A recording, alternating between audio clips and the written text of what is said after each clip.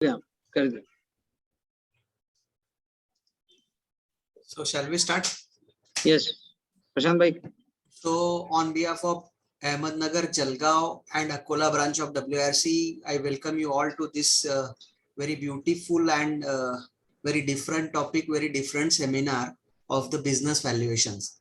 And this is being the series we have taken with three branches have taken this series, and this is all three topics we have different series we have taken, and all three topics are very unique.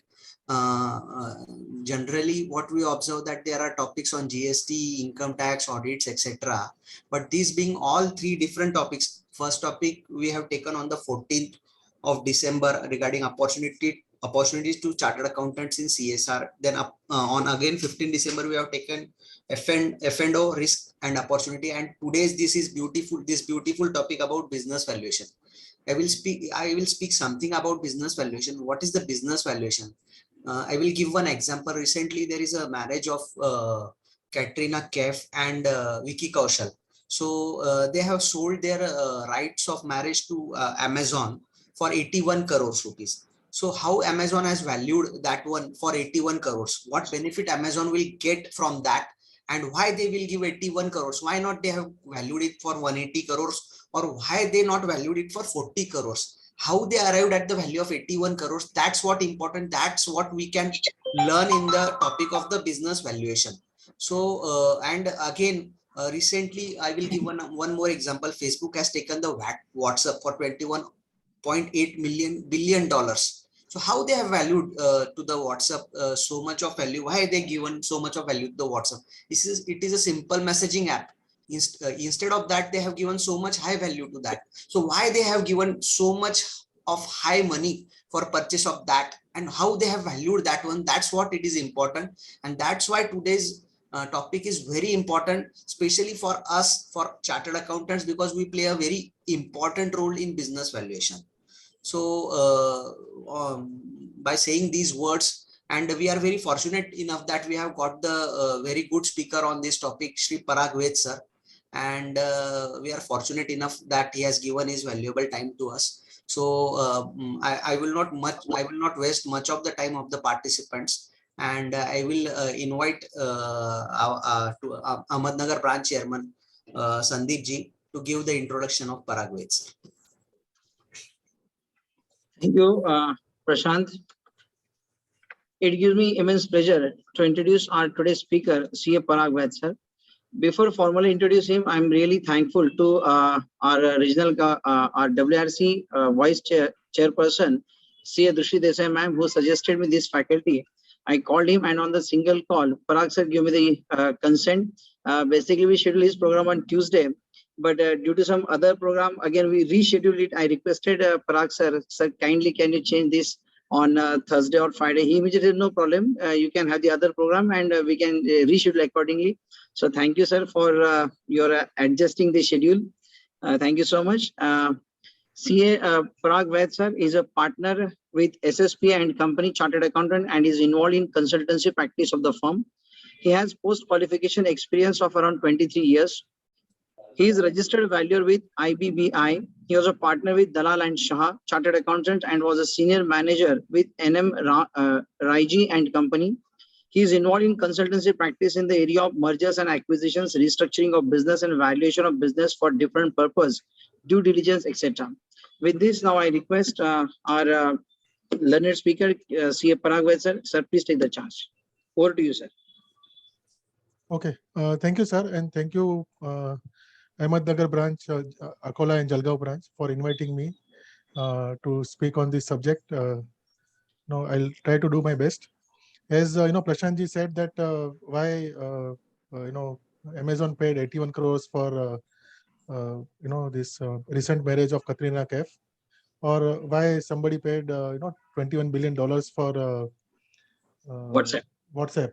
So frankly, I don't have answer. There could be many more things behind those transactions. There are a lot of intangibles, and like otherwise, today Nykaa IPO will not come, or Paytm IPO will not come. So it's like people always think about the future and what somebody can do it in future.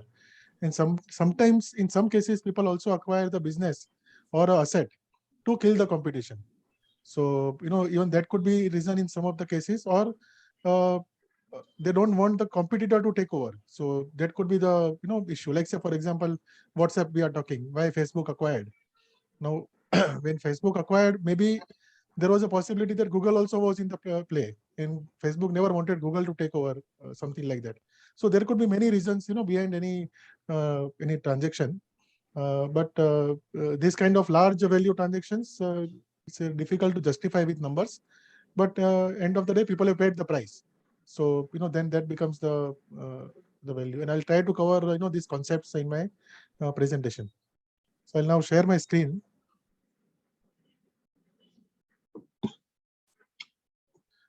My screen is visible. Yes, sir. Perfectly. Okay, fine. And my voice is proper. Yes, yes, yes. Okay, good. Fine. So this is around 58, 59 slides. I'll try to cover as much as possible. If any participants have any questions, you can keep it for the end, and I'll answer those questions.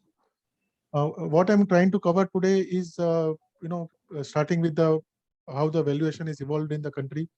Which are the statutes where we need a valuation, and then I'll come to the valuation methodology overview and those aspects. So if you see, in India, from 1957 till 1989, valuation was not there in any of the statutes. It was there only in the wealth tax rules, where they had prescribed methodology for valuation of shares, unquoted shares. Prior to 1992, we also had CCI guidelines for issue of shares at a premium.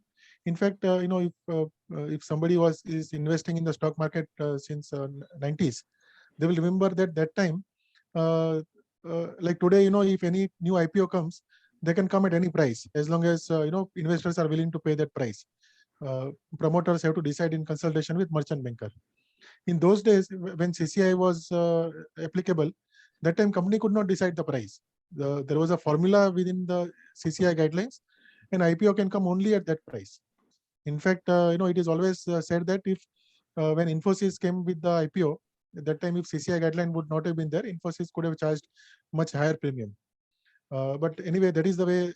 So that time, the concept of CCI was not to increase the value. They wanted to reduce the value. So that was the concept which they had. Then 1992 SEBI Act was introduced when India opened its economy, and it was open to the market. CCI guidelines were abolished, and it was like open market. Anybody could invest at a given price. Then FEMA also always RBI looks at from the foreign exchange angle. It means when money is going out of the country, they do not want you to pay more than the fair value. When money is coming into the country, they want you to get more than the fair value or equal to the fair value. So RBI was always from the how to conserve the foreign currency for the country. So RBI again used to have this, even though CCI guidelines were scrapped in 1992, RBI continued with those guidelines till 2010. Maybe the reason is that there was no other option available to them. Somewhere in 2010, they decided that they came out with the guidelines, and then they said any transaction DCF is the value. Subsequently, RBI now in today's time they have changed to any internationally accepted methodology. The old Companies Act of 1956 nowhere spoke about valuation, nowhere it spoke about the word valuer. It was by practice, chartered accountants were doing a valuation for the mergers and acquisitions. Like when you go to the court, the CA report was submitted, but the act never specified who has to submit. In fact, there was one merger of GNFC, Gujarat Narmada Valley Fertilizer Company, where valuation was done by a professor of IIM Ahmedabad, and nobody objected, so it went through. So there was no requirement of any specified, nothing was specified that who has to do valuation. But 2013 Companies Act talks about the sections under which valuation has to be obtained, and valuation has to be obtained by the registered valuer. So that is what the new Companies Act has brought into the picture. Those rules got notified in somewhere in 2017, and that is where now there is a concept of registered valuer. And then, again in 2020, MCA has notified draft valuers bill, but it is in today as of it is in a bill stage. We don't know, when. In fact, they asked the people to give the representation on those provisions of those bill. People have given representation, but today nobody knows where it is stuck in the parliament. So that is the way we are. This is what the broadly evaluation of the valuation practice in India. Coming to the registered valuer, Section 247 of the Companies Act provides valuation of property, stock, shares, debentures, securities, goodwill, or other assets and net worth of the company under the Act to be done by a registered valuer appointed by audit committee, or if company does not have audit committee, then the board of directors have to appoint the valuer.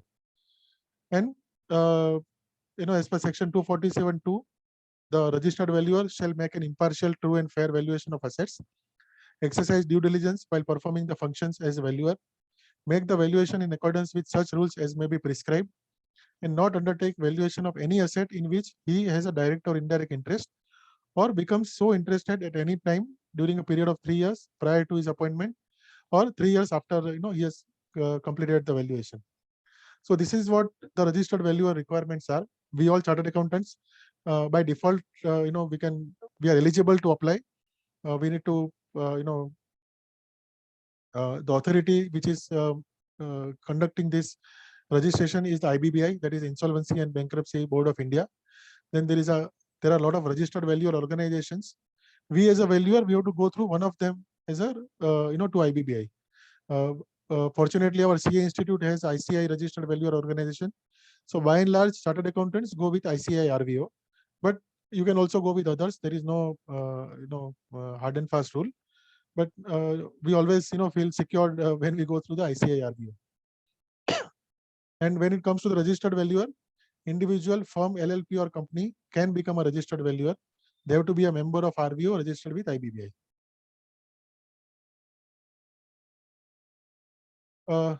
The notification says the registered valuer, while conducting the valuation, comply with the valuation standard notified or modified by government.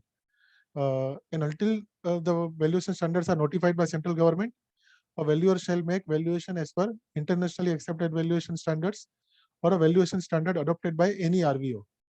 So in India, internationally, there are a lot of valuation standards which are in place. Is a pioneer in that. They have come out with the valuation standards, I think somewhere in 2008. And our ICI RVO has adopted ICI valuation standards. So if we are a registered valuer through ICI RVO, it is our duty to follow the ICI valuation standards. Even as a chartered accountants, we have to follow our institute standards. So this is what it is as of today. And as I said, valuer bill of 2020 is still awaiting approval in the parliament. So let's see what happens there. Now coming to the valuation under different laws, Companies Act. As I said, the earlier 1956 Act nowhere spoke about the valuation. The 2013 Act, there are specific sections where valuation has to be done by a registered valuer. So first section is 54(1)(d), where it is for issue of sweat equity shares in case of unlisted company. So there RVA has to value the IPR as well as the shares both. Then 62(1)(c), where the new shares are issued on a preferential basis by the unlisted company. Then 67(3)(b) is a provision of money by company for purchase of its own shares. 192(2), transaction involving transfer of assets for non-cash consideration to or from directors. Section 230 and 232, scheme of compromise arrangement and scheme of corporate debt restructuring or merger and amalgamation of companies. So this is a very widely used. In practice, section 62, 1C and 230 and 232, there is for M&A valuation. That is where the maximum work comes as a registered valuer. Then cross-border merger of Indian company into foreign company or vice versa, and purchase of minority shareholding 236, and 281 is a winding up of a company. So these are the sections under Companies Act, for where valuation is required from the registered valuer. We also have this insolvency law, where any company goes for a insolvency. their valuation is required from the registered valuers. FEMA, as I said, RBI wants to control the value, the rate at which transaction takes place. So these are the pointers where RBI needs a valuation. Here, as of now, they don't talk about registered valuer. It talks only about the chartered accountant or a category 1 merchant banker. But in future, we believe that all statutes will change it to the registered valuer. And then RBI has specified how the valuation is to be done. So if shares are listed, then you take market price as per SEBI guidelines. If it is unlisted share, then internationally accepted pricing methodology will apply. And in case a foreign company has to be valued, or Indian company is investing in a foreign company, then if the transaction price is less than 5 million USD, a chartered accountant can also do. If it is more than 5 million USD, only category 1 merchant banker is allowed to do the valuation. And if or the whichever country the target company is, a person recognized in that country to do the valuation can carry out the valuation. Income Tax Act, again, these are the indicative list for where the valuation is required. First is 56(2)(7)(b) for issue of unquoted shares, where fair market value of shares to be computed in accordance with Rule 11UA. Rule 11UA, is something like a prescribed formula. So their application of mind is not required. Whatever is there a formula, you are supposed to do valuation as per that. 56(2)(10) and 50CA, again, it talks about the for transfer of unquoted shares. It is a rule-based, valuation methodology. Section 50B, slum sale of business, is very recently added, and Section 92, transfer pricing provisions, where it talks about the valuation to be obtained. SEBI also talks about the valuation, where for shares are frequently traded, it takes the market price, average for a 60 days period.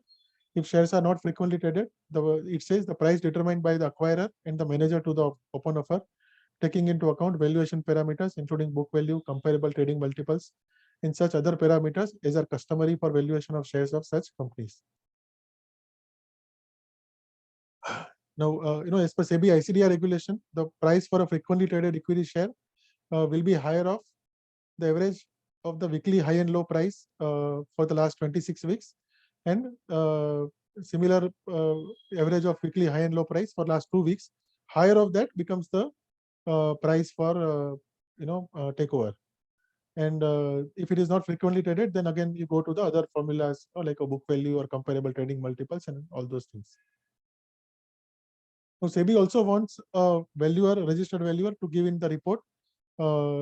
This table where earlier when we used to give a report for merger demerger, we never used to give the values. The only number there we were giving was the swap ratio. But now SEBI wants us to put this table where they want us to put for both the companies, which are the valuation approaches we have used. What is the per share value under each method? What is the weights we have given? Based on that, what is the relative value per share we have arrived? And based on that, what is the share exchange ratio or entitlement ratio worked out? I hope I'm not going too fast. Perfect, sir. Okay, good. Because valuation is a subject where you can play a 20-20 match, one-day match, or a test match. So depending on how the participants wants, one can play. So coming to the valuation concepts and purpose, there is a concept of value and the price. Now, when I think one of our initial speakers spoke about this WhatsApp valuation, or what is the value of Katrina and Vicky Kaushal's marriage. So there is the concept of difference between the value and the price. Now, what they paid 81 crores for the marriage is a price which they paid. What value they will realize in future is, it's anybody's guess. Whether they will realize any future, how they will monetize it, whether, like say a movie which comes in. A movie can also have a value in future. Like today also, I'll always give this example of a movie. Everybody will be aware about the film called Silsila. And in that Silsila film, there was one song, where Amitabh Bachchan and Rekha are there, which is that Rang Barse, Bhige Chunar Wali, that song. Now that song has become so iconic. Every year when Holi comes, all the news channel have to play that song. because if they don't play, it doesn't work. So today, the owner of that song, whoever has the right, per year earning is much more than the entire cost of the film of that silsila, because that is the kind of recall value it has. Whereas some of the songs people will not be aware. Like say today also, a lot of people still listen to the songs of 80s and 90s or 70s old songs. And today's songs, some song become very hit, some song lose its significance. So coming to our example of the recent marriage, what recall value it will have in the future, that nobody knows.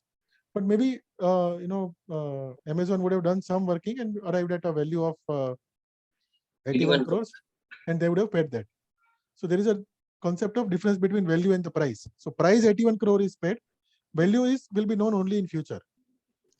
Okay, and that kind of example you can have it with any transaction. Similarly with WhatsApp, or in India also Flipkart, any transaction, there could be a difference between the value and the price.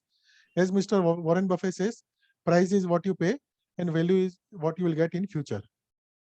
Then valuation is not an exact science, it is more of an art.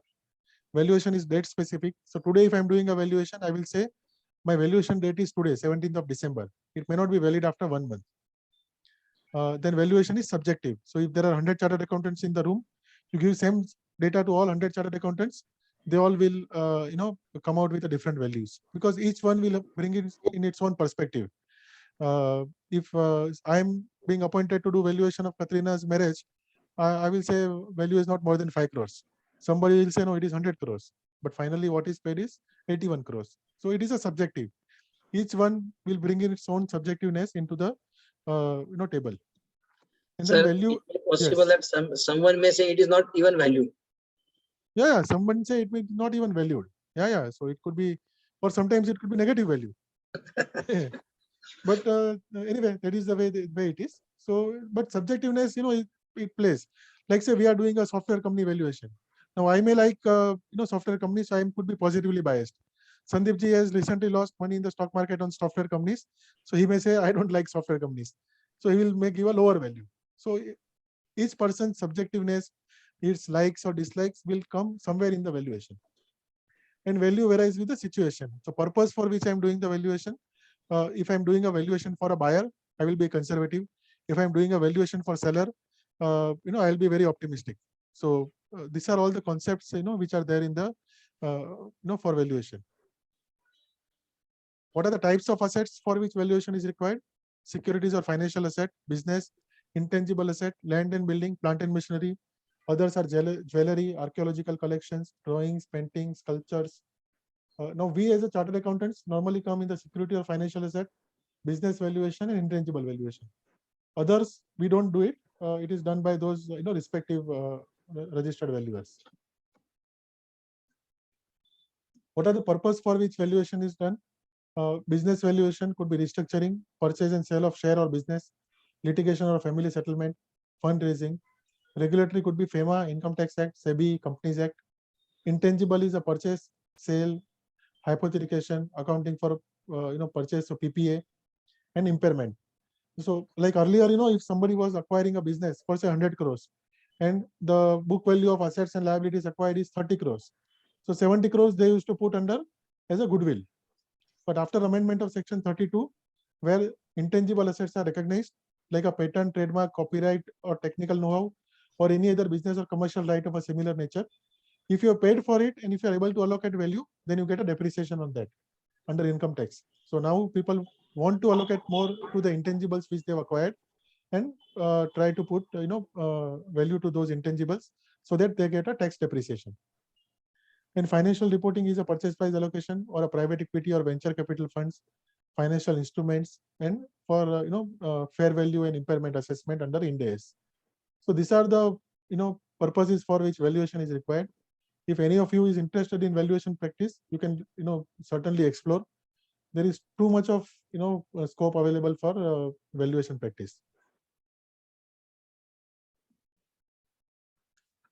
Coming to the process of valuation, which are the steps?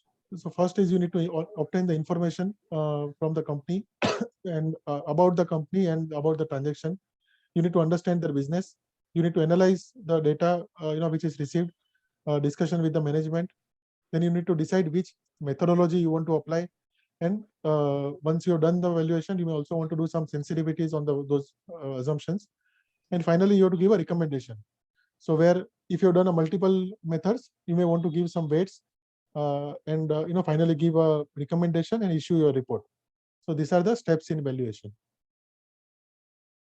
What is the sources of information on which you will rely? Historical data such as audited results of the company, industry and company overview, future projections, management discussion, stock market quotations and announcements, publicly available data on comparable companies, market surveys, newspaper reports, and representation by management. Like how we obtain the representation in our audit, MR we obtain. Similarly, we also need to obtain the MR for the valuation. In fact, it is much more important to obtain in valuation, because audit is your normal, it's a continuous client. Once you start doing the audit for a company, normally you continue for a foreseeable future. Whereas valuations are all one-time assignments, and today you do a work for some transaction, and then for next few years, there is no need for the company to come to you because there is no transaction which they are contemplating. So that is where this MR from the management becomes very important. The kind of analysis which we'll do of the company, understanding the business, industry analysis, existing policy and legal framework, SWOT analysis, profitability analysis, financial ratio analysis. Then the projections, it comes, you need to talk about the installed capacity. We'll talk this in detail about when we discuss about the discounted cash flow method. Coming to valuation methodologies, broadly, there are three approaches for financial valuation. First is the income approach, where the method normally which is used is the discounted cash flow method. Then market approach, if shares are listed, one can apply market price method. If shares are not listed, or if they are listed but not frequently traded, one can also apply comparable companies multiple method or comparable transactions multiple method. Under cost approach, you can have net asset value or a replacement value and realizable value. Coming to income approach, as I said, the method here is the discounted cash flow method. So it values a business based on the expected cash flows over a period of time. It considers cash flows and not the accounting profit. Value of business is aggregate of the discounted value of the cash flows for the explicit period and perpetuity. It involves determination of discount factor and growth rate for perpetuity. So here what we do is we ask the client to prepare the projections. We go into understand those projections and do analysis, which we will discuss.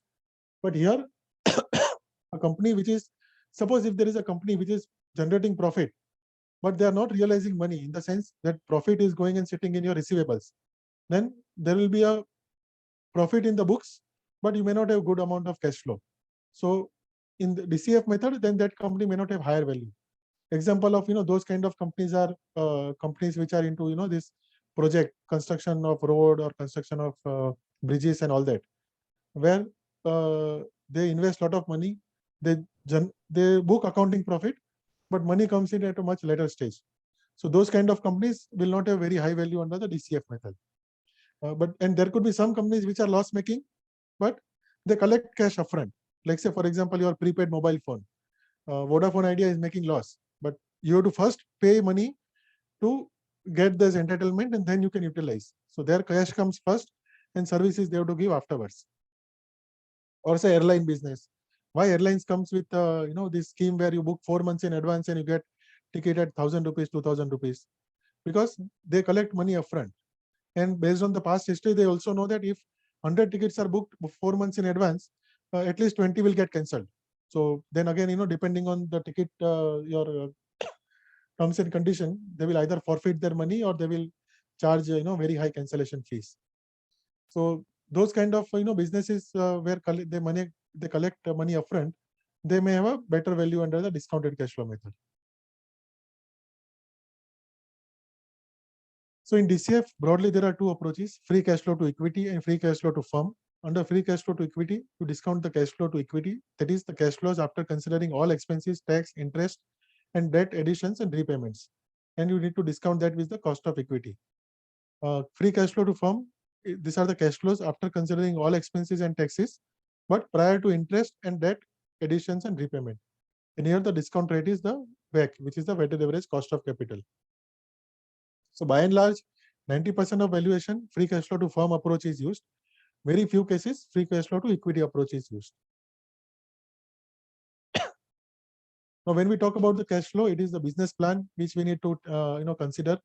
When we analyze the business plan, what are the factors which we need to keep in mind? We need to analyze the company's past history. We need to analyze how does it compare with the industry, which are the comparable companies, what kind of growth they have shown in the past, what kind of margin they earned, how do we compare with them. So those kind of analysis which we need to do.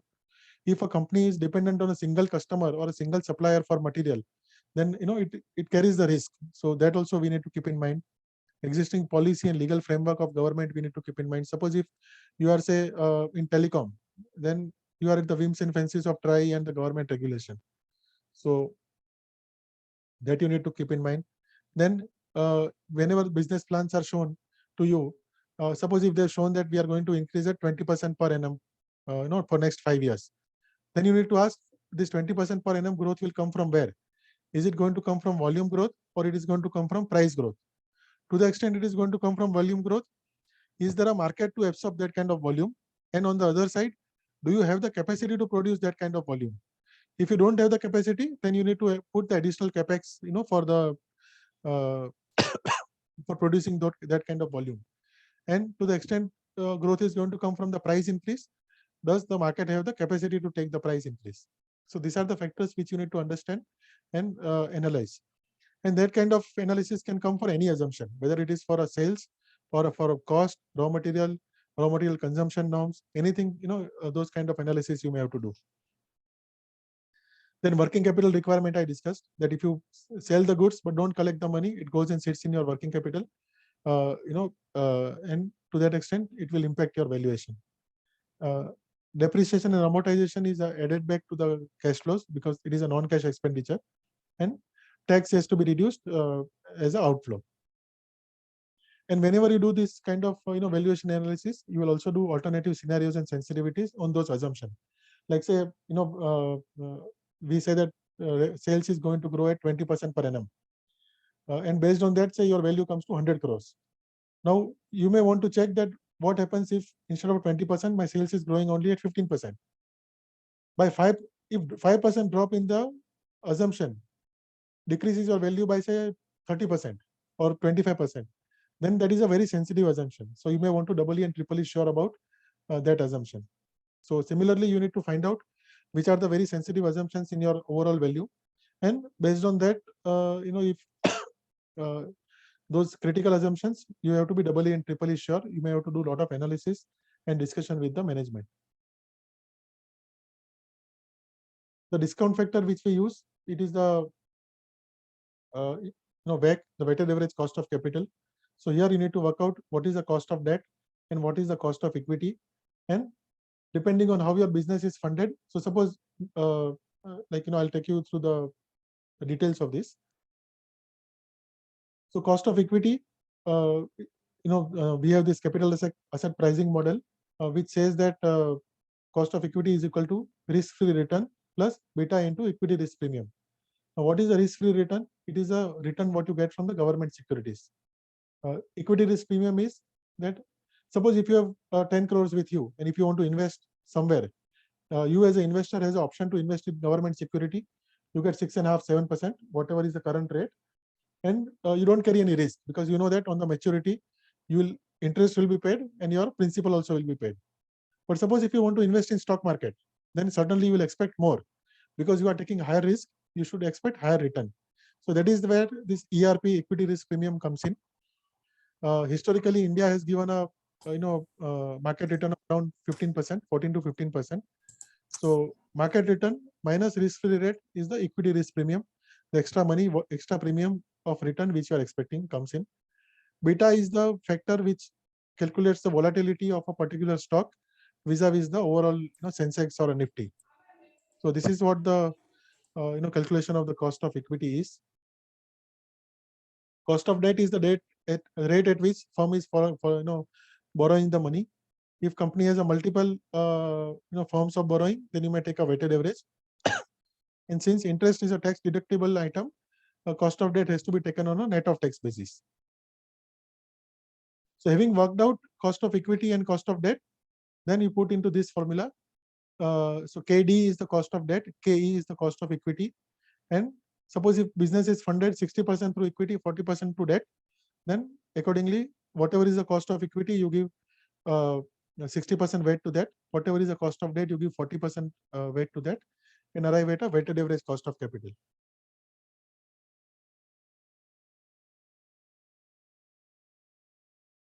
So having done the projections, having arrived at the discount factor, you need to arrive at the present value. So enterprise value is the future cash flows for the explicit period. That is the period for which projections are prepared. Normally projections will be prepared for 5 years or 7 years. And post that you will take a terminal value or the perpetuity value. Like suppose if I am doing a valuation of a cement plant. So cement plant projections are prepared for 5 years. After that, company is not going to stop. It will start, it will continue to earn profits and the cash flows. So I need to take the present value of the period for which projections are made. So 5 years, which is the explicit period. And I also need to then work out the perpetuity value. The present value of both will become the enterprise value. So this is how, I've given the example of free cash flow to firm. You start with, say, operating PBT for the company, add interest, depreciation. So you work out the EBITDA. From this, you remove capital expenditure, incremental working capital, and the tax. So total outflow and free cash flow, which is the EBITDA minus the outflow. So you get a free cash flow for each year. Here projections are prepared up to 23-24. Beyond that, the assumption is that business will grow at 5% per annum in perpetuity. So there is a formula based on it. You work out the capitalized value of perpetuity. Discount factor used here is 13%. So these cash flows for 3 years and the cash flow for perpetuity is discounted at 13% to arrive at the present value. Sum of this present value for 3 years and perpetuity is 48.55 lakhs, which is 48.55 crores. From this, you reduce loan funds, reduce preference capital, add surplus cash, reduce contingent liabilities, add value of investments. It will give you value for equity shareholders. Divide by number of shares, you get per share value. So this is how the, normally the DCF sheet will work. Of course, this is a very simple sheet. There will be a lot of complications in a real life. Coming to market approach, it evaluates the value on the basis of price quoted on the stock exchange. Normally, we take a longer period average. So instead of taking a particular day's price, we normally take 3 months average market price. Sometimes, the shares of the company are not frequently traded, they are thinly traded. So you may have to then take a longer period, average rather than a 3 months, even 3 months. Even regulatory bodies also, consider the market price as important, parameter for preferential allotment, takeover code, etc. So this is how the market price method will work. Where suppose today if I'm doing the valuation in December, I will take last 6 months average market price. So total turnover of this particular share traded on the stock market, total volume of the shares traded on the stock market. So total turnover divided by total volume, the weighted average price in this example works out to 210.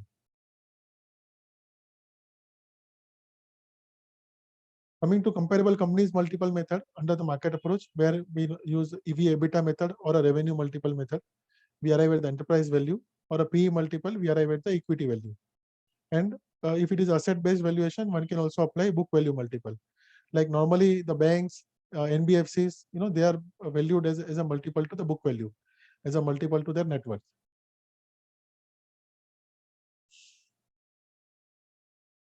So when we take the market multiples, it is generally applied in case of unlisted entities.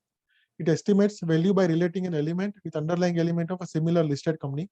So suppose if I'm valuing a cement company, and if that cement company has is not listed, then maybe I will try to see what is the EV to EBITDA multiple of, let's say, Gujarat Cement or ACC or any other cement company which is there, comparable to my company, and try to put their multiple for arriving at the value of this unlisted company.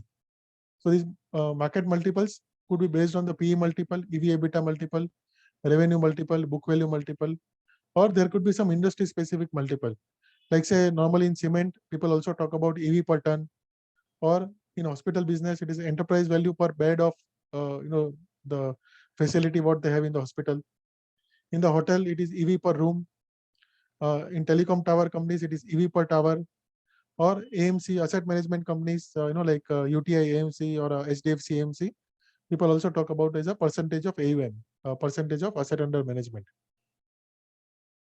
So these are some of the other multiples which one can use it. Now this multiple you will apply on what? You need to apply on the profits. So profits are based on the past performance and or future estimates. So suppose if I'm taking the past profitability to start with, I need to eliminate non-recurring and non-operational items of income and expenditure. If there is some recently capacity addition, I need to make adjustment for that.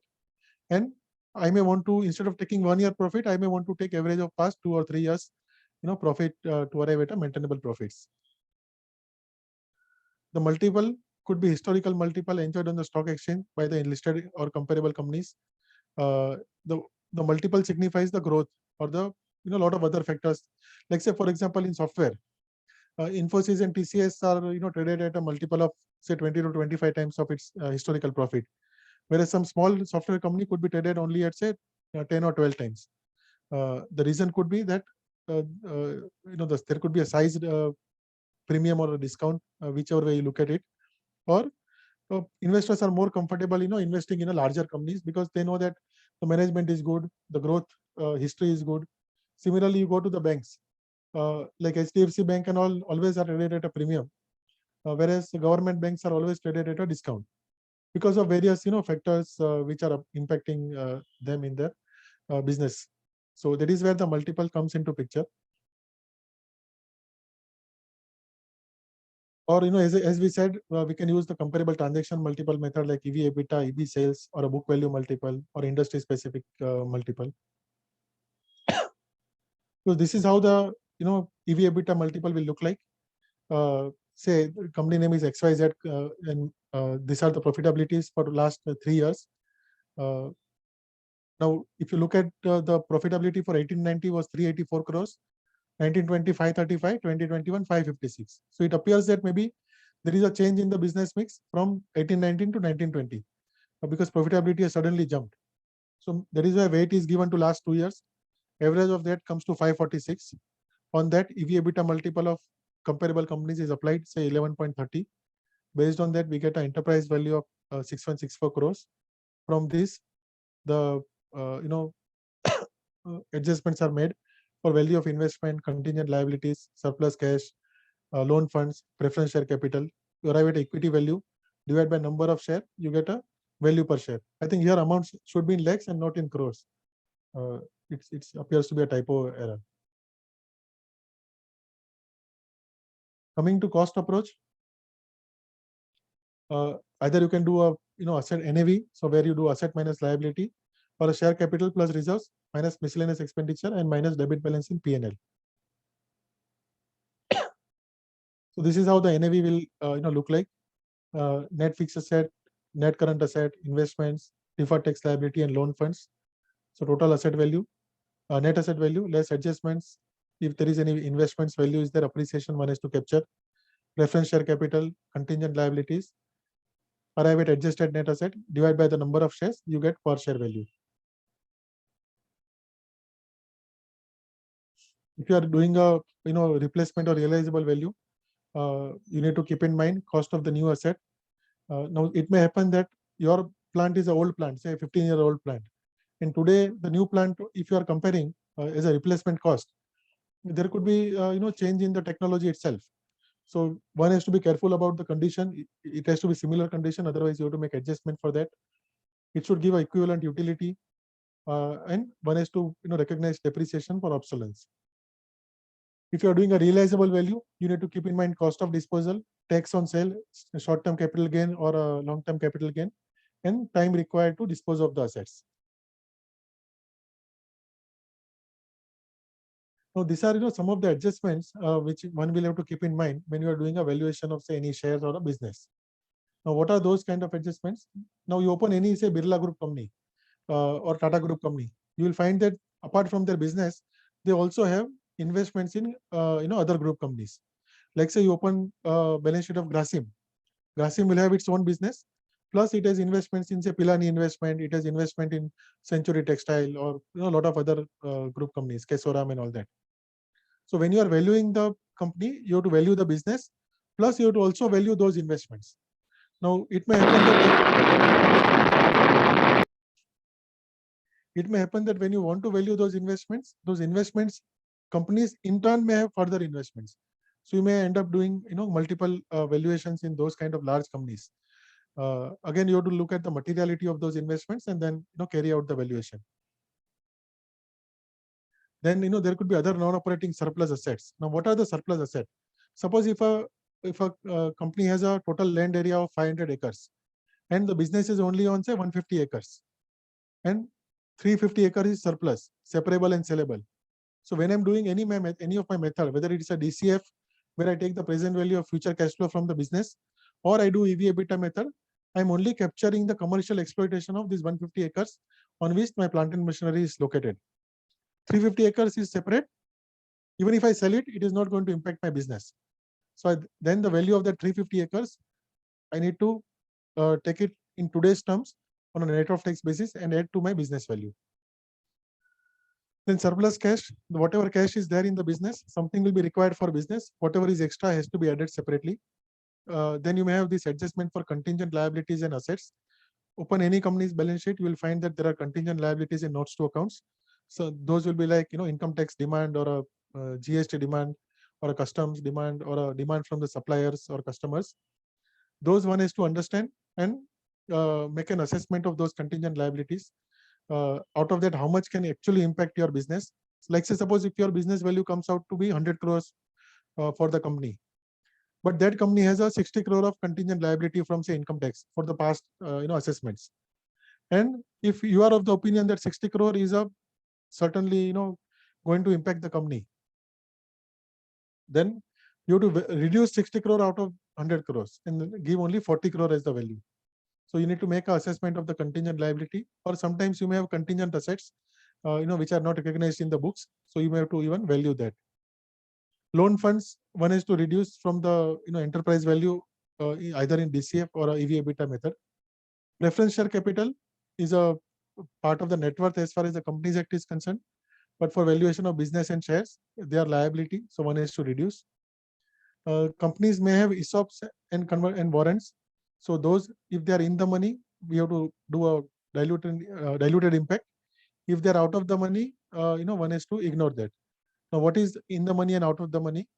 Suppose if market price of a share of a company today is say 100, and ESOPs are granted at say 70 rupees, then in all probability, all the ESOP holders will exercise their ESOPs. So that is called as in the money. But if market price is 100 and ESOP exercise price is 200, then nobody is going to exercise the ESOP. So then it is like out of the money. Similarly for warrants. So if they are in the money, one is to adjust. If they're out of the money, we have to ignore. Then you may also have convertible instrument like a CCD or a CCPS, compulsorily convertible instruments, or you may have optionally convertible instrument. So again, if it is CCD, a compulsorily convertible instrument, then we have to give impact of conversion and take the diluted number of shares. If it is a optionally convertible debenture or a preference share, then one is to look at who has the option and what are the conversion terms. And depending on the current circumstances, how likely this option will be exercised, whoever has the option. Sometimes the holder will have the option, sometimes company will have the option. So depending on who has the option and what are the conversion terms and what is the current value, we need to estimate what is the likelihood that this option will be exercised and accordingly give the treatment in the valuation. Then tax concessions, if the company is enjoying, then one is to also give the impact of that in the valuation. Selection of methods. Normally, for knowledge-based companies, income and market approach could be used. Manufacturing companies, income and market approach could be used, or even asset also can be used. Brand-driven company, income and market. Startup companies, income and market. But again, caveat here that startup companies may not have income for foreseeable future. So maybe you may have to look at the comparable transaction method like that. Limited life projects like a road project where you build a road and collect toll for 30 years. At the end of 30 years, you have to hand over the asset to the, say, NHAI. So there only income approach can be used. Investment in property companies, asset based can use, and company going for liquidation, again, asset can be used, but a liquidation approach should be used. Now, when you do valuation under various methods, still, then there could be some, and say based on that, the fair value comes, or the value comes to say 200 rupees per share. Like say in our example, so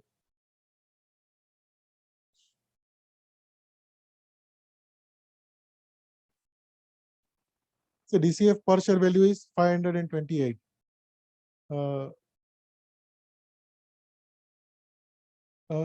EV/EBITDA multiple method is 674. So suppose if you are doing average of this, now that comes to say 528 and 674, somewhere around say 600 rupees, 602 or something like that. Now that is the value which you have derived based on the calculation. Apart from this, there could be requirement for some adjustment in the value, and those could be also because of the negotiations which people have to do it. So one is a strategic positioning, how strong your company is. Is there any competition? If there is no competition, then one can still ask some extra premium. Then there is a concept of discount for liquidity. Suppose today, if you go and buy some shares in the market, you are assured of liquidity, because whenever you want money, you can at least go and sell in the market and realize the money. But if you are buying a shares which are not listed, then there will be a requirement for, then there will be expectation of discount for illiquidity, because you will not be able to sell those shares in them whenever you want. You have to find a buyer. Then there is a concept of emerging market, like foreign companies when they come to India, they want to they sometimes pay a premium because they want to enter India at any cost. Then investor will also look at the alternate opportunity what he has. Suppose if he has 100 crores and if he has to invest in 5 companies, he may want to analyze, because moment he decides to put money in one company, he is giving away his potential right to put money in the other company. So always investor is going to look at the alternate opportunities and then decide. Then distress sell, sometimes if somebody is very distressed to get out of the company, he may sell it at a discount. And then very important is a control premium. So suppose per share value comes to 600 rupees. But if I'm selling say 51% to the somebody, then I will say that because you are getting the control, you pay me some extra control premium over and above this value. The reason being that, like say in India, if you are up to 25%, you are like a normal shareholder. Moment you cross 25%, you get some control, because without your consent, a special resolution cannot be passed. Moment you cross 50%, you actually control the business of the company.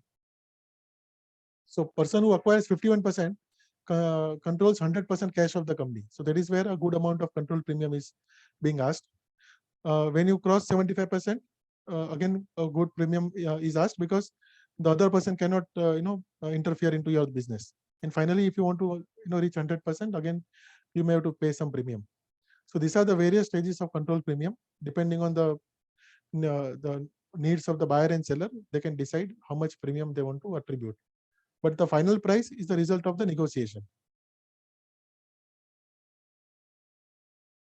So when we do a valuation under various methods, it will throw a range of values.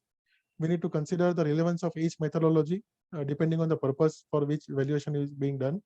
We can do a mathematical average, weightage average, or any other average method. Finally, it is going to be a professional judgment and a subjective value. Now, I've listed down some of the issues which normally we face as a valuer. First is the availability of information. Like when I started my valuation practice, we used to take at least 3 months to complete a valuation, because that time emails were not there, computers were very nascent stage. We used to actually do valuation workings on a paper and then give it to typist to put it in a WordStar. So those kind of issues were there. Today everything is available on a click of a button. So clients' expectation also is very aggressive. They will send you information today and then they will say मेरे को कल valuation चाहिए. So availability, information and timeline is something which one has to be careful. Then sustainability and scalability of business model, already we have discussed that whatever volume is projected, is there a market? Am I able to produce that kind of goods? So that is what, something which one will have to be careful. Then whatever projections are prepared, projections are projections, and I have yet to see a projections which are achieved. So projections always, you have to take it through a pinch of salt. Nobody projects that I'm going to go down. Everybody projects that I'm going to grow. So that is where you as a valuer has to measure the risk involved in achieving those projections and appropriately deal that with your discount factor. So that is where there is a difficulty in measuring the risk. Then thinly traded and dormant script, already I have said how to deal with that. Startup companies, again, it's a for the company owners, it is a high risk, high reward game. But we as a valuer, it is very, very high risk, very, very low reward game. Because startup companies, nothing is available, still you are expected to do a valuation. And when it comes to the fee, they will say, we are a startup, we can't afford high fees. So for us, it is a very, very high risk, very, very low reward game. So we as a firm, in fact, don't do any startup valuation. Loss-making companies, one will have to see that how it has to be valued. Is there a chance of making it profitable? If it is not, then one may have to go under the liquidation approach. International companies, if you have to value, again, you have to be careful, because you may not, like India, you have a lot of information about the company, industry, business, government regulations. In foreign countries, you may not have this kind of information. Again, countries like in US or Europe, you may have information. But suppose if you have to value some company in Africa, in Zimbabwe, you may not have the kind of information what you want. So that is where one has to be careful when you are valuing international companies. Selection of methods is always a choice which one will have to make for a particular valuation. Which are the methods which I want to use? Then difficulty in obtaining comparable companies. Suppose when you are doing a valuation of, say, let us take the same example of cement company. And cement company is located in, say, Jalgaon or Akola. Now, which company you will say which is a comparable company? Suppose if you have a single plant of 2 million ton in Jalgaon. Now, can you compare that with ACC or Ambuja Cement, which is pan India? Or can you compare with a company like, say, Ramco Cement, which is only in South India? Because cement is a commodity business. Nobody sells beyond maximum 500 kilometers. Because after that, there will be other player whose transportation cost is going to be lower, and he will be able to sell at a cheaper rate, or his margins will be higher. So that is where there is a difficulty in obtaining comparable companies. Sometimes you may not find the exactly comparable companies. So then you may have to go with the whatever is the best available and adjust your multiple for the differences in those your company vis-a-vis the comparable company. Discount for illiquidity and control premium, already we have discussed. Due diligence issues. So suppose when you are doing a valuation of any target company, and due diligence is done on those in that company, and whatever issues are coming out of it, you may have to give impact of that in your valuation.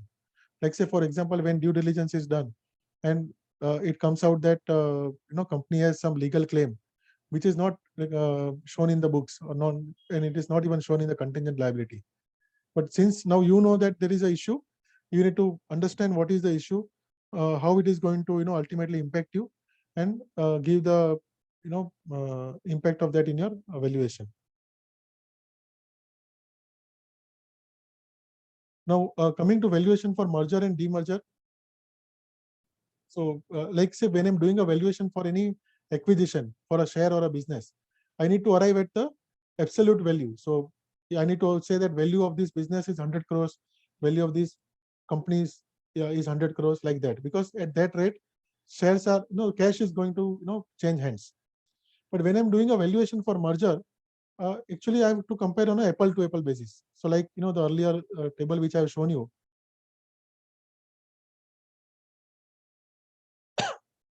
This table. So here I'm not actually trying to arrive at the absolute per share value. I have to arrive at the relative value per share. So say my fair value, the relative value per share of XYZ Limited is, say, 100 rupees per share, and PQR Limited is, say, 200 rupees per share. And if XYZ is merging into PQR, what I'm going to say, that for every 2 share of XYZ, I will give you 1 share of PQR. So here 100, 200 is not important. What is important is for every 2 share, 1 share. So while I have arrived at a value of XYZ at 100 and PQR at 200, I can still arrive at a value of XYZ at 90 and PQR at 180. Still my swap ratio is 2 share for 1 share. Sorry, 1 share for 2 share. So here, what is important is this the swap ratio 1:2 and not 100 and 200 or 90 and 180. So this is what the concept of relative valuation is.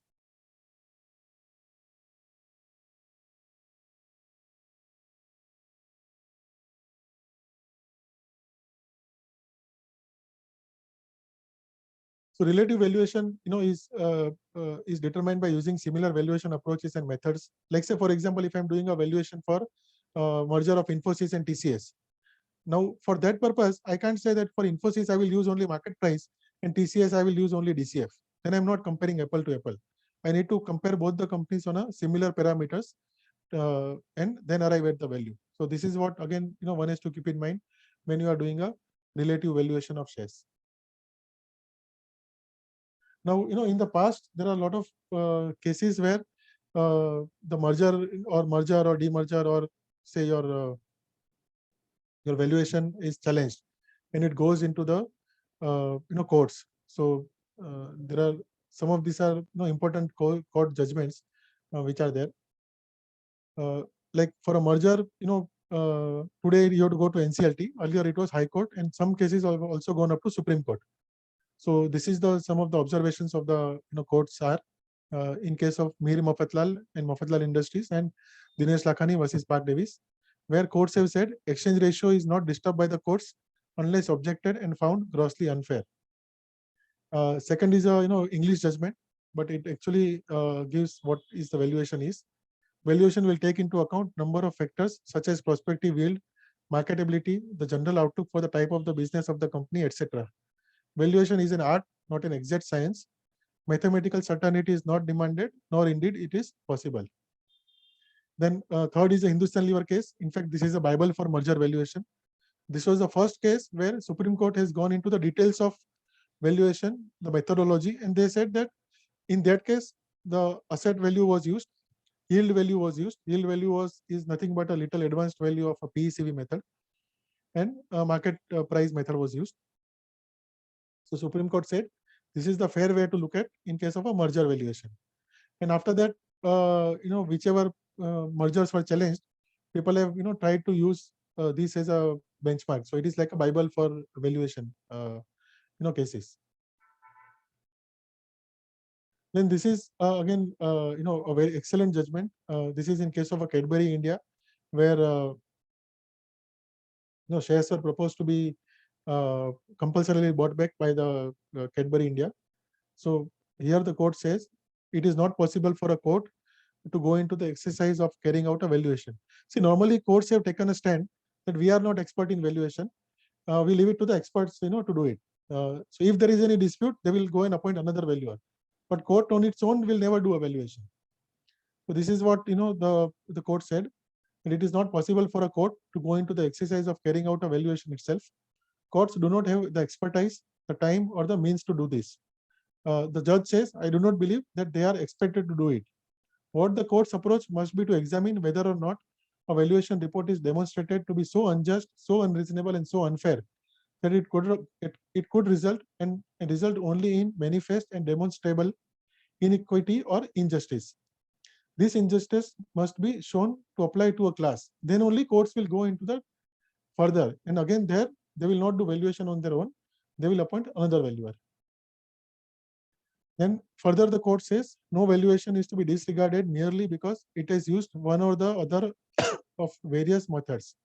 It must be shown that the chosen method of valuation is such as has resulted in an artificially depressed or contrived valuation well below what a fair-minded person may consider reasonable. So it's an excellent judgment. If anybody is interested, the citation is here. The one section of this judgment is dedicated to what is valuation and what is the scope of judicial inquiry. The judge name, I think, was Gautam Patel of Mumbai High Court, and one can do a Google search on this. So this is end of my presentation. I'll be happy to answer the questions which you may have.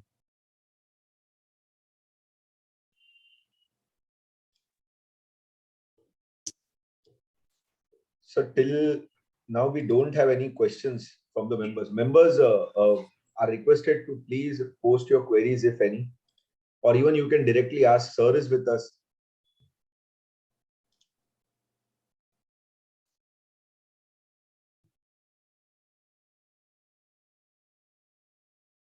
So with regards to the valuation, one query was that apart from the valuations of the business part, uh, what points one need to take care then when we need to do the entire valuation, then with regards to immovable properties?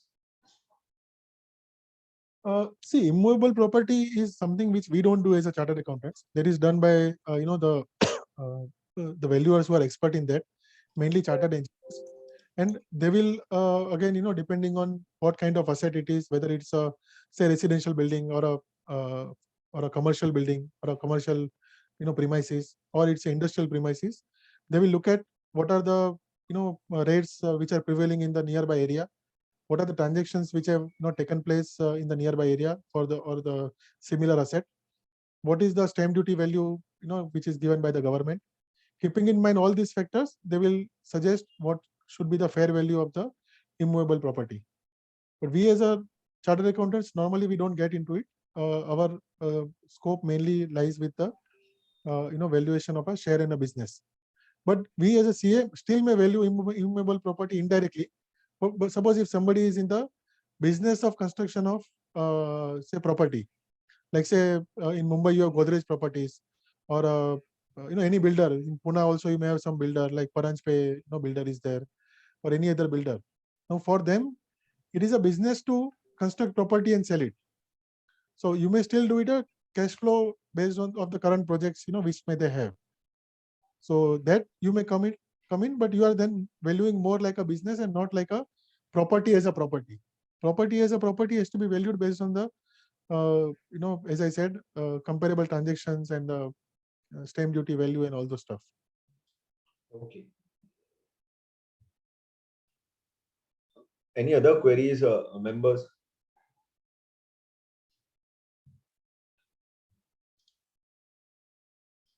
So we have a query from one of the members in the chat box. He says, how do we value debtors? Okay, so see, debtors is something like whenever you are doing an audit, what you do, you go and do a debtors ledgers scrutiny. You try to find out which are the debtors which are very old. Is there any dispute with the those debtors, or sometimes a debtor could be a normal party, but there could be some dispute with respect to a particular invoice or a particular consignment which you have sold to them. So it is like a what you do in audit, similarly thing you need to do it here. Try to assess how much of your data will go bad. Also for large data, like how we do in audit, you send them confirmation letters, and based on that you arrive at the value of data.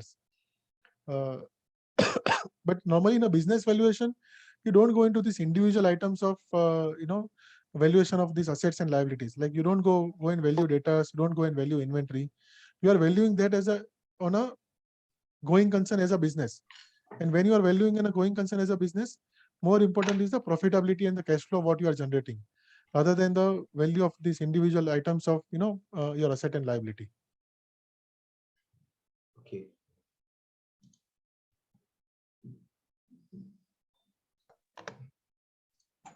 Yes, members. Prashant sir. Sir, any queries Yes, आपके Kiran तरफ कुछ आई हैं तो? नहीं, कुछ भी Curie नहीं किया भाई. No queries are there in the chat box or in person. Am I audible? Yes, yes, yes. Queries are there, Kiran? I think we have time till 7:30, right? Definitely, sir. Yeah. So if you all are interested, I can show you some case studies. Just as a glance through, because since there are no queries coming. Definitely, sir. It will be always useful for the members to understand. Yeah. Only thing, those case studies, I have not prepared for today's this thing. So we'll just but those are the case studies, which one can use it. 1 minute. Let me just take it out.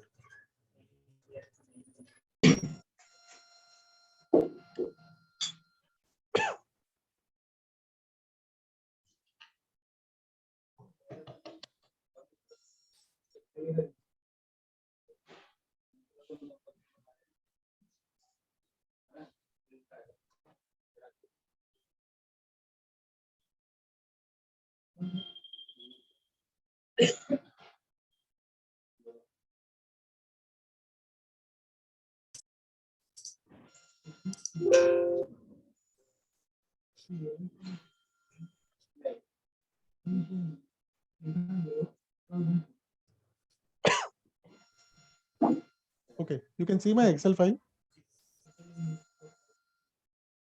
Yes, sir, it is visible. Yes, sir. Okay. It is visible. So, see, this is the case study, which I have prepared for, so these are two fertilizer companies.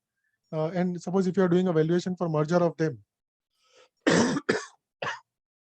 Sorry.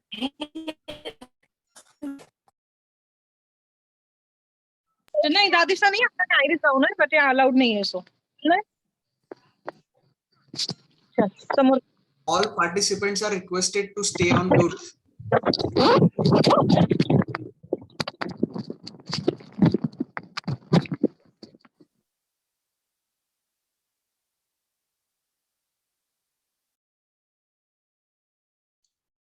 Sir, you need to unmute. Yeah. So, this is the case study for merger of two fertilizer companies. There are company ABC Limited and XYZ Limited. Normally, this is what the balance sheet of the companies which you will have. These are the liability side. This is the asset side of the company. Non-current asset and current assets. And there is a additional information, which is given that company has a contingent liability. Like the example which I was giving, say claims against the company, and probability put here is a 50%. So, based on that,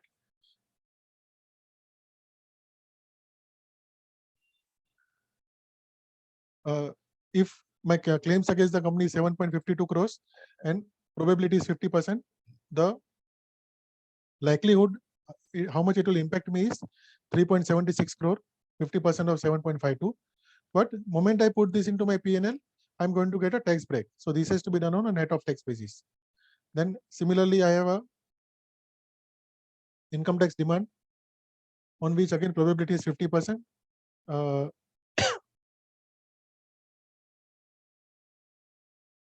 But in income tax, I'm not going to get the tax break. So here I need to just take it at a without the tax break.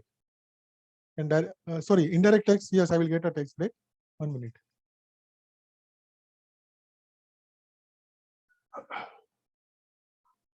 Income tax, I'm not going to get the tax break, so I need to take it at full value. And company also has a guarantees given of 123 crores, but normally we assume that these are in normal course of business and they are not going to devolve on you, so you ignore that. So similarly, you do this for both the companies.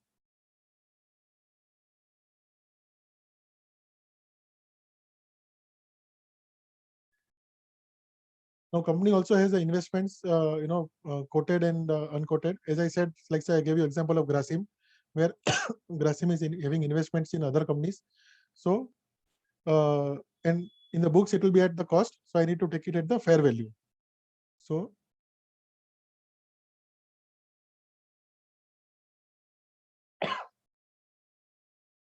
and I need to do it on a net of tax basis. So I work out the appreciation or a depreciation for my market value vis-a-vis the cost, and try to arrive at the what is the net of tax appreciation for both the companies. Then this XYZ has a number of shares of 3 crore 98 lakhs, and this company has a 1 crore 55 lakhs. Face value here is 2, and here face value is 10 rupees per share. ESOP outstanding is uh, 23 lakhs ESOPs, and exercise price is 115. Here it is 55 rupees per share. So what I will do, I will see how much, because whenever ESOP is, I'm assuming that ESOP is going to be exercised. So company will get that much money as an inflow. So that I need to add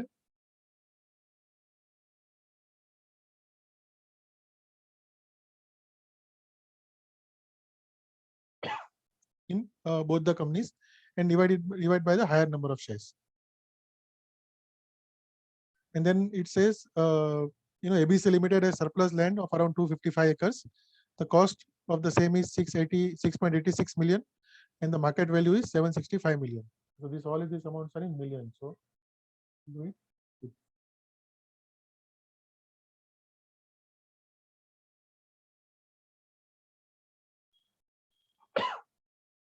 So here what we are saying is that they have 255 acres of surplus land, whose cost is only 6.86 million, whereas the market value is 76.5 crores.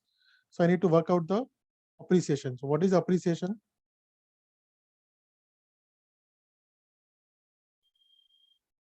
Is 765 minus 6.86.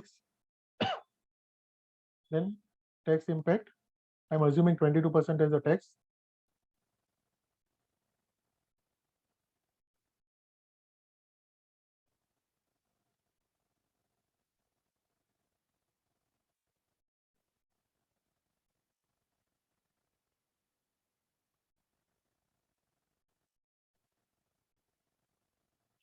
So this is a net of tax appreciation.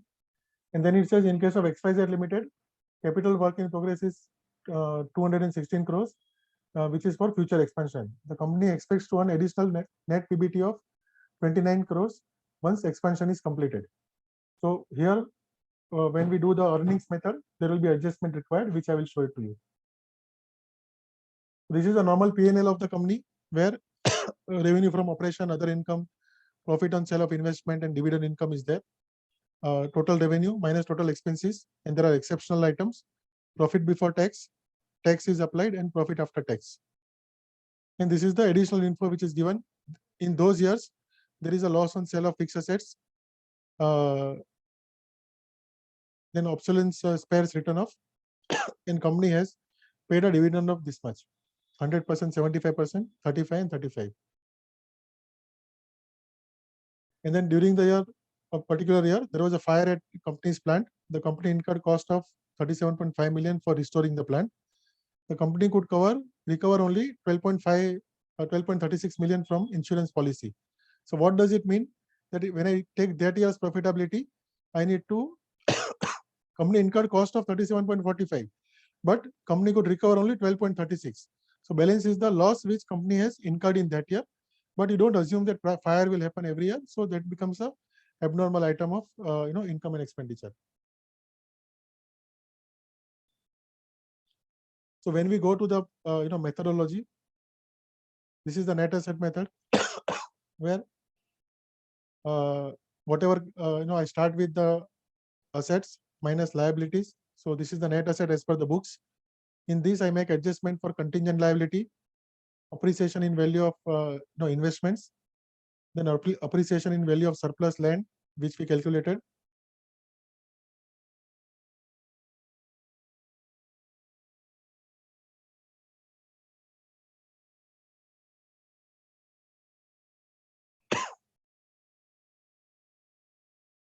Then amount receivable from ESOP. In case of ABC Limited, actually it is out of the money, so it is not written here. XYZ Limited, it is in the money, so I have to capture that. Divide by the number of shares, I get a per share value under the asset method. Coming to the PECV method, I start with profit before tax. From this, I remove the dividend income because it is a income from investment, non-operating. Profit on sale of investment is also removed. Loss on sale of fixed asset is added back. Exceptional item is added back. Obsolescence spares written off has been added back. And impact on loss due to fire also is also adjusted. Based on this, I arrive at adjusted profit before tax for both the companies. And here say I have given weight of equal weightage to the past 2 years to arrive at a maintainable PBT. Then as far as XYZ is concerned, it is mentioned that company has put in money for expansion, and from this expansion, they are expecting another 292 million of profitability. So that has to be adjusted, because going forward, my profitability is going to be higher, including expansion. On this, tax rate is applied, arrive at a maintainable PAT, which is a net of tax profitability.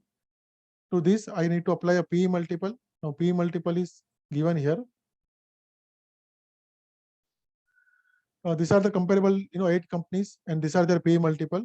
Now I need to, decide how much weight I want to give. Suppose if I want to give equal weight to everything,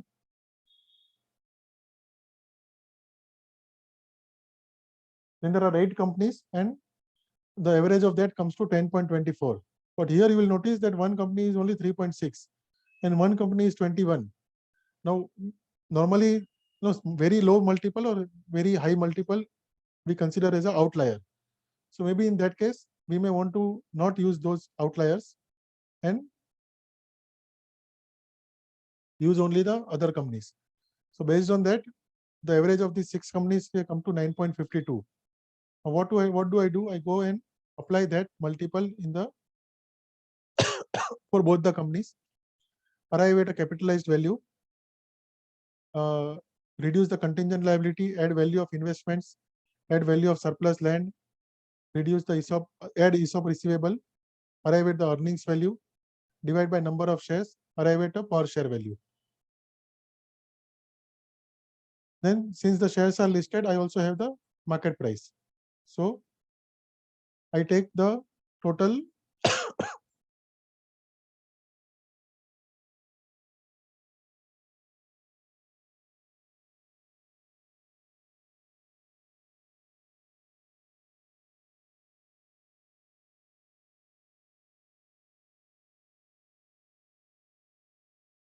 So here the average market price of the ABC Limited is only 90 for last 6 months, and XYZ Limited is 116 for last 6 months. Now that is where you will notice that why I have not used the ESOP money for the ABC Limited, because ESOP outstanding is 23 lakhs. However, exercise price is 115, and my market price is only 90. So even though the company's fair value could be higher, but all shareholders are always going to look at what is the market price. And if market price is lower than the exercise price, then there is a likelihood that they will not exercise the ESOP. So that is where we have not taken the ESOP impact for ABC Limited, whereas XYZ Limited we have taken the ESOP impact. So having done valuation under all the 3 methods, now I need to give the weights. So like say normally income is the business is done to earn profits. So PECV should get the higher weight, which is a profit linked method. Market also gets equal weight, because at this rate people have put money into the stock market. Net asset value either can be given lower weight or it can be ignored. So suppose if we give this kind of weights, lower weight of 1 to NAV, 2 to PECV and 2 to market for both the companies, we get a fair value per share of 151.36 for ABC and 195.87 for XYZ. So then my swap ratio is 1.29. So if I'm doing a merger, what I will say, for every 1.29 share of ABC Limited, I'll give you 1 share of XYZ Limited. Or if XYZ is merging into ABC, I will say for every 1 share of XYZ, I will give you 1.29 share of ABC. Now this again, for a listed company, it may not work, because you can't give a swap ratio of 1.29. So then maybe, you won't round it off to 1.25. So 1.25 means for every 5 share, 4 share, or for every 4 share, 5 share, something like that, you can round it off. Now you can also do the analysis of the sensitivities. Like here in the PE multiple, we have given equal PE multiple to both. But when you analyze the profitability and the past history of the company, suppose if you are of the opinion that XYZ Limited is a little better than ABC Limited, then if you applied 9.52 to ABC Limited, you may want to apply a premium multiple to XYZ Limited. So maybe you can decide to give say 10% premium. So instead of So you are applying 9.52 for ABC and you are applying 10.47 for XYZ. Now, moment you change this one of your parameter, your swap ratio will change. Earlier it was 1.29, now it has become 1.36. XYZ has become much stronger because you have given higher multiple to XYZ. So now swap ratio will be for every 1.36 shares of ABC, you will give 1 share of XYZ. Or for every 1 share of XYZ, you will give 1.36 shares of ABC, in which again, as I explained, you can round it off. Now you can also decide, suppose if I don't want to give weight to the NAV, NAV is a historical cost. I want to use only say earnings and market price. So in that case, you don't give any weight to the net asset and give an equal weight to both earnings as well as market. Then in this example, swap ratio becomes 1.41. So this is how normally the merger valuation, which one will do it. Now I've explained to you this in last 5 or 7 minutes or maybe 10 minutes, but in real life, a merger valuation of large companies takes minimum, minimum 1 month or maybe even little more than that. Okay, so this was the case study on the a merger. Now I'll show you the case study on a DCF.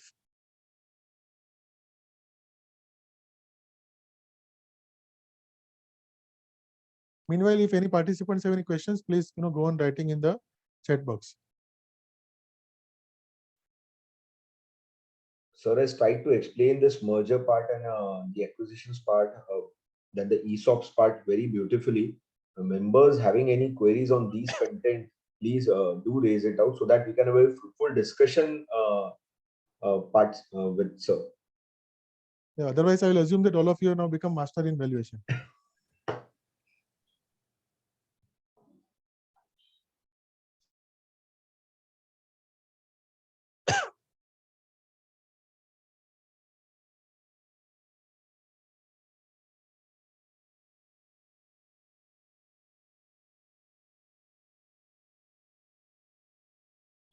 Okay, you can see my Excel file. Yes, sir. Yes, sir. It's Okay. visible. So this is a DCF a sheet where we are valuing a cement plant. Now, if you look at this is what the information normally you will get. You will get projections for next 5 years. Here I have given the projections in a very concise format. So sales, cost of goods sold, operating profit, interest, depreciation, and operating PBT. Then capital expenditure and incremental working capital. Now, if you see here, if you notice, in the first year, there is no sales, nothing. So we are assuming that this is a new plant which is being set up. It will be set up in the second year, second half of the second year. That is where the first 2 years, there is a huge capital expenditure has to be incurred. And beyond that, it is a normal capital expenditure. And your working capital build-up also starts once you, start your business. Because till the time you start your business, you will not have receivable, you don't have to carry inventory, so your working capital build-up will not start. So this is the opening balance sheet of the company, for share capital, loan funds, current liabilities, CWIP, cash and bank balance, other current assets, total. Then this is the other info. The company is setting up a cement plant in say Tamil Nadu with a capacity of 2 million ton. The company has issued 50 million warrants of 10 each to Mr. B. Each warrant holder can subscribe the shares at par. So it means there is a potential dilution in the company. The risk-free rate is 7%. Beta is to be taken as 1.2. Equity risk premium is 9%. Tax rate applicable for the company is 34%. Cost of borrowing for the company is 10.5%. Perpetuity growth rate can be considered at 3%. The long-term debt to equity ratio is 2:3. So 2 debt and 3 equity. Then Mr. A wants to sell his 100% holding in above company to Growth Limited. Growth Limited is also engaged in cement business. Growth Limited will discharge the consideration by issue of 6% redeemable debentures of 100 each. The debentures will be redeemed after 5 years. Mr. A can earn 8% return from investment in bank fixed deposit. And Mr. A needs your help to find out how many debentures he will get. So here in one valuation, we have two valuation. In the sense, I have to value what Mr. A is holding. Currently is holding shares of this company A Limited. He wants to sell his shares, but as a consideration, he is not going to get cash. He will get debentures of Growth Limited, which will redeem after say 5 or 6 years, as it is given in the example. So here you have to value the cement business, the company. Also, you have to value the consideration. If it was cash, cash is the there is no need to value the cash as a consideration. But if it is a consideration is some instrument, you have to even value that. So this is normally the information what you have. Now, based on this, we need to do the DCF calculation. So this is the DCF sheet where for next, first year is not a operating year, so there is no cash flow, but there is a cash outflow on account of capital expenditure. Going forward, the business starts, so you start getting the inflow and outflow. But second year also there is a capital expenditure which you have to incur. Then incremental working capital is plotted here. Tax is plotted and total outflow. So this is the free cash flow you generate. First 2 years is a negative free cash flow. Then there is a positive free cash flow. And this is the calculation for terminal value, perpetuity value, where free cash flow for the perpetuity is worked out. Growth rate for perpetuity is applied. Based on that, we get the capitalized value of perpetuity. The formula for capitalized value of perpetuity is the cash flow for perpetuity, that is 1377 into 103%, that is the growth rate, divided by discount factor minus growth rate. So this is how the formula is. And discount factor here is 13.45% based on the information which is given. Information for discount factor is given here. Risk-free rate is 7%, beta 1.2, equity risk premium 9%, tax rate 34%, cost of borrowing is 10.5%. So based on this, this is how the cost of capital or the WACC is calculated. Cost of equity is risk-free rate of 7%, beta of 1.2, equity risk premium of 9%. So cost of equity calculation is risk-free rate plus beta into equity risk premium. So that gives us 17.8%. Cost of debt is 10.5%, but I will get a tax break on that. So net of tax cost of debt is 34%. Tax rate is 34%. So net of tax cost of debt is only 6.93%. And my business is funded 60% through equity, 40% through debt. So moment I put this, I get a weighted average cost of capital of 13.45%. Now this is what I was discussing earlier about a company specific risk premium. If you as a valuer feel that the projections given are very aggressive, then you may want to apply a little higher discount factor. So you may give a company specific premium of say 1% or 2% like that. Higher the discount factor, lower is going to be the value, and it's a vice versa. So as of now, we are not, say, let us assume 1% is the company risk premium. So then my WACC becomes 14.45. So if you go to the DCF sheet, discount factor is 14.45. Based on this, the present value of future cash flow, outflow or inflow is worked out. From this, so what you get, the total of the first 5 years plus perpetuity value is the enterprise value. In this example, it is 314 crores. Perpetuity value, present value is 612 crores. But because initially I need to put money on capex, the total is 3142 crores. 3142 million. From this, I need to reduce loan funds, add opening cash balance, and also there, if you see the information,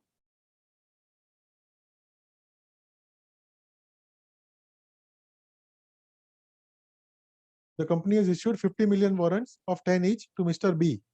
Now you are doing a valuation for Mr. A, whereas there is another gentleman to whom 50 million warrants have been issued at 10 rupees. So he has a right to subscribe for 50 million shares at 10 rupees at par. And since value of the company is coming above par, we will also have to take into account the money which he will bring in to exercise of the warrants, which is 500 million. And based on this, arrive at an adjusted value per share of equity shareholders, divide by the number of shares. So current shares plus shares to be issued to warrant holders, total diluted shares. And based on that, you arrive at a per share value of 15.9. And now, who are the shareholders of this? This 20 crore shares is held by Mr. A and 5 crore shares are held by Mr. B, who is a warrant holder. We have to work out consideration only for Mr. A. So what is the value for Mr. A's holding is 15.9 per share into number of shares which he is holding. It is 317 crores or 318 crores, round figure. Now, if suppose he was to get cash, he will get this much cash in his hand. But because he is going to get a consideration in terms of debentures of Growth Limited, we need to also value those, Growth Limited. Now here, what is the assumption? Growth Limited is giving a debenture whose coupon, the interest per year is only 6 rupees per share. So for next 4 years, the Mr. A will get only 6 rupees. At the end of 5th year, he will get 106 rupees. That is 6 rupees as an interest plus 100 rupees of the face value of debenture. But we are saying that his return expectation is 8% because his cost of opportunity cost is 8%. So we have to discount this at 8%. Based on that, net present value of the debenture is 92.01. So what we are saying is a debenture whose face value is 100, its value is only 92.01 because my return expectation is 8%, but debenture is giving me only 6% return. Because it is giving lower than my expectation, the value I will take it as a lower. So now I have total amount to be paid to Mr. A, 318 crores, to be compensated by issue of debentures whose value per debenture is 92.01. So what is the number of debentures to be issued is 318 divided by 92.01. So 3 crore 45 lakhs 55,737 debentures to be issued. So this is how the DCF, the methodology will work. So these are the two case studies, which I have shown you. Now, we can take question answers if it is there. Members, any questions? It was nice to have these case studies sir has shown us with regards to right now the DCAF and the WACC, how it needs to be calculated and what points we should take care.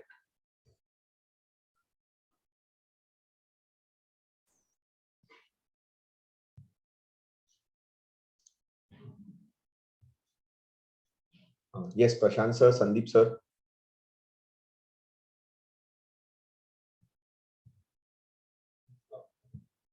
So it seems basically it might be one reason either all have become now experts, and the another reason might be that many are freshers in this particular field, so that unless and they will try it out, the questions may not come. Yeah. So let me just ask, the participants, how many of you invest in stock market? Probably Maybe many would be 50%. there, sir. Yeah. So when they are Many investing would in be stock there who market, invest into stock market. so when they are investing in stock market, they are doing valuation. Because why they are buying the share? Because when you buy the share, you assume that, in your opinion, the fair value of the share is much higher than the current market price. That is where you go and buy. And when you sell, when you believe either you have distress, you want money, then it's a distress sell. Otherwise, in the normal course, you will sell when you believe that company is current market price is equal or higher than the fair value. Then only you will sell. So everybody does valuation. Only thing, you may not do it in the way I have shown you. But otherwise, people who are investing in stock market, they do valuation. So many would be doing it the valuations of the stock market on the basis of the cost price on which they purchase. That is the market price on the day what they have purchased them. No, that is correct. But why you are purchasing? Suppose today, if you are purchasing shares of Reliance, let's say today's price is 2,400. Why you are purchasing at 2,400? Because you believe in future the value of 2,400 will become 3,000 or whatever, higher amount. So you are doing a valuation of Reliance and you believe that today it is available at a reasonable price.